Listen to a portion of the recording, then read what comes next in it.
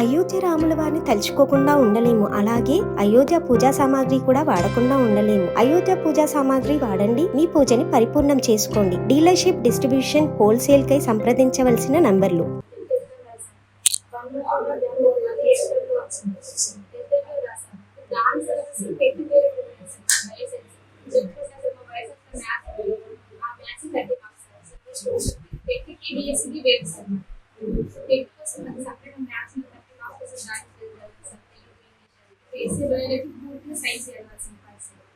అప్పుడు టెక్ కోసం మార్క్స్ వెళ్ళాలని దాన్ని వేరే పట్టుకున్నాం సార్.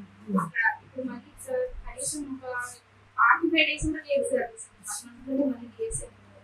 ఇది రెండింటి మధ్యలో మేము అసలు ఏ చదవాలో అర్థం కాదు సార్. ఎస్ఎల్ కోసం మాత్రం ఒక పర్స్పెక్టివ్ పేపర్ ఉంది సార్. అదే కానీ దాంట్లో ఎంత క్లియర్స్ ఎంత సిలబస్ యాడ్ చేస్తుందంటే పాత సిలబస్ కంటే కూడా ఎక్కువ యాడ్ చేస్తుంది. దాంట్లో అనవసరమైన సిలబస్ అదంతా కూడా మేము పుస్తకాన్ని చాలా చదవాల్సింది. ఎందుకంటే నష్టపోవద్దు కాబట్టి దాని రావాలనే ఉద్దేశంతో చదవాల్సింది. ఆ చదవడానికి మాకు సమయం కావాలి సార్. ఇప్పుడు పిల్లలు హాస్టల్లో డబ్బులు పే చేసుకుంటూ మరి మా సార్ అయితే వర్క్ చేసుకుంటారు కదా, ఆయన అక్కడ ఇంట్లో ఎక్కడో చూసుకుంటున్నాడు. ఆ డబ్బులన్నీ కూడా నాకు ఇక్కడే పెట్టి నన్ను చదివిస్తున్నాడు. కనీసం ఈసారి కాకపోతే వచ్చిన డేంజర్ ఉంది సార్. పిల్లల పరిస్థితి ఇద్దరు ఆడపిల్లలు మనం ఎట్లా చూసుకోవాలి, వాళ్ళ కోసం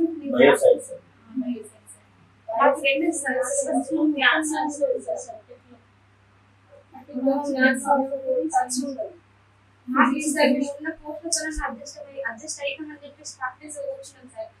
టైం కావాలి సార్. టైం పెట్టిందంటే ఖచ్చితంగా ఈసారి జాబ్ వెళ్ళాలి సార్. స్కూల్ అసిస్టెంట్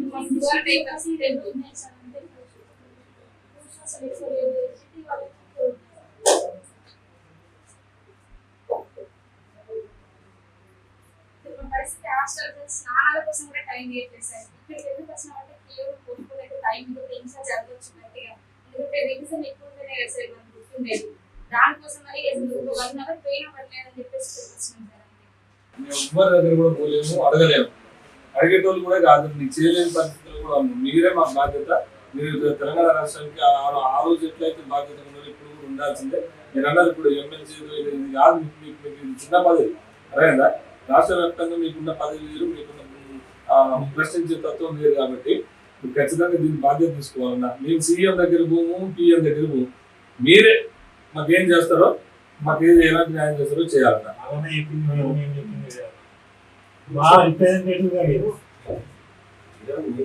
నాకు కూడా మధ్య కాదు, నిన్న లైవ్ లో చెప్పిన మెజార్టీ ప్రజల అభిప్రాయానికి ఆలోచించాలని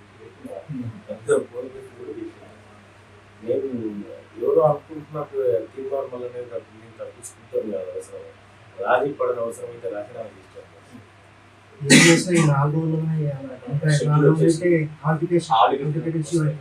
నేను నా తరఫున నేను మీ ప్రతినిధిగా మీ అభిప్రాయాన్ని గౌరవిస్తూ నేను ముఖ్యమంత్రి గారికి లేఖ రాస్తున్నా. దాన్ని 3 నెలల కాలం పాటు పోస్ట్పోన్ అవకాశం చూడాలి అని చెప్పారు. నా బాధ్యత అన్నీ చేస్తాను. ఇక ఇది కాదు మళ్ళీ కావాలంటే ఏడి గవర్నమెంట్లో చెప్పి అడుగుతాను. అర్థం చేసుకున్న పోస్ట్పోన్ కావాలని మనతో పాటే మన కోసం వచ్చిందో ఇక్కడ ఉన్న ఎవరైతే ఎమ్మెల్యేలు మంత్రులు ఉన్నారో ఎవరైతే ఉన్నారో ప్రతి ఒక్కరిని ఇదే విధంగా లెటర్ ఇచ్చి ఎందుకు పోస్ట్పోన్ చేయాలి? మేము డ్రామాలు ఆడుతారు ఎందుకు ఇట్లా? ఒకరు ఇప్పుడు అన్న క్లియర్ కట్ ఇచ్చిండు చూడండి ఒకసారి. వాళ్ళకి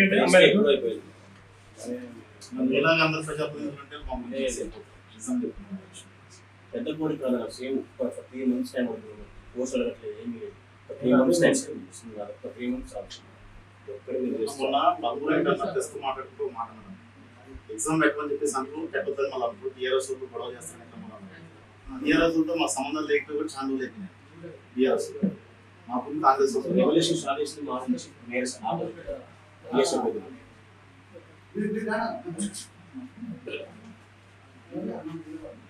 ఓకే.